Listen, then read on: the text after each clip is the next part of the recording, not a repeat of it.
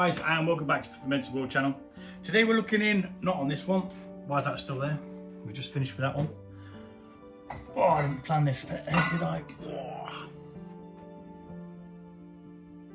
We'll pretend that never happened.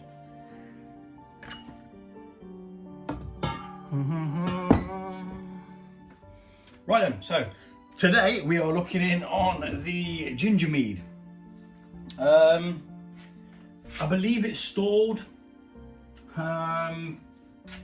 had extra yeast added.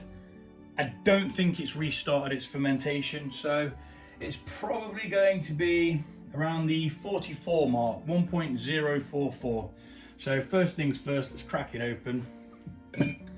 Let's take a hydrometer reading, always first, science first. Always. You can drink some after, when we know what the science is. Because that's the important part, to see whether it is still fermenting or whether it's started fermenting again. But judging by the colour of this, to me it looks like it's starting to naturally clear out. So that's telling me straight away that it's not continued to ferment. So let's just rest that. Just get ourselves down here. Yep, on the nose, 44. It's not budged, so it has stalled and it has not started again, even with the extra yeast in there. Smells nice. Now this is only 10.1%. It's extremely sweet, but that ginger and citrusy notes, it does kind of play in its favour to say, A, it's a low ABV, and B, it's very bloody sweet.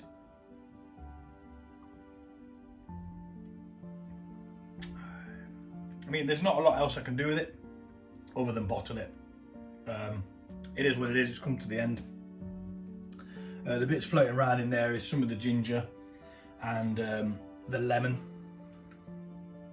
Some of it sank down to the bottom as well. That is very nice. Very, very nice. If a little bit too sweet. But hey, you got what you got, and that's what we've got.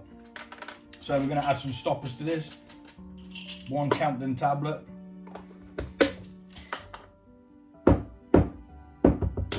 Which we're just going to grind down gently. Not too harshly, otherwise it will just stick to the walls.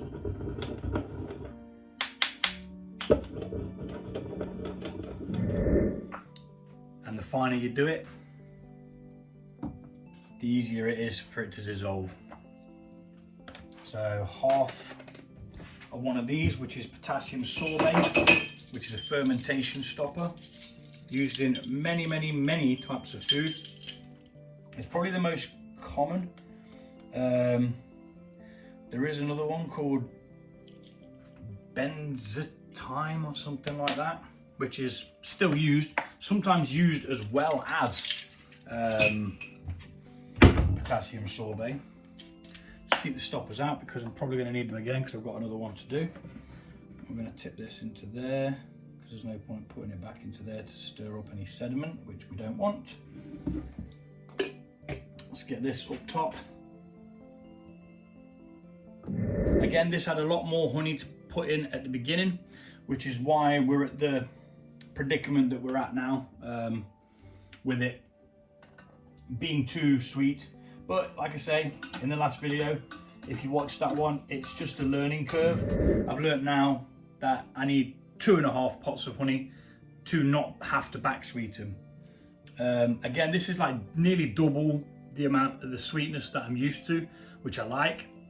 So yeah, get a little swizzle stick in there, get it mixing those stoppers in as it goes, and that just saves a little bit of time later on. Let's speed this up.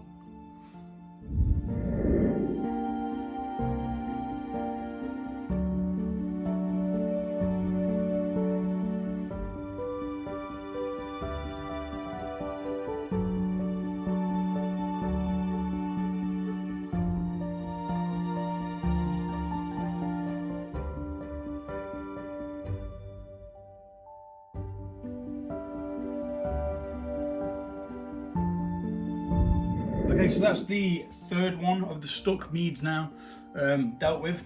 It's been put into secondary. It's super sweet, but as I said, it's got that balance of the ginger and the lemon in there as well. It's nice. It's nice enough. It's a very mellow drink, but it is very, very sweet, like dessert sweet. But that's in secondary now. We'll let it clear out and then we'll get it bottled. It's good enough as it is. There's one more to do.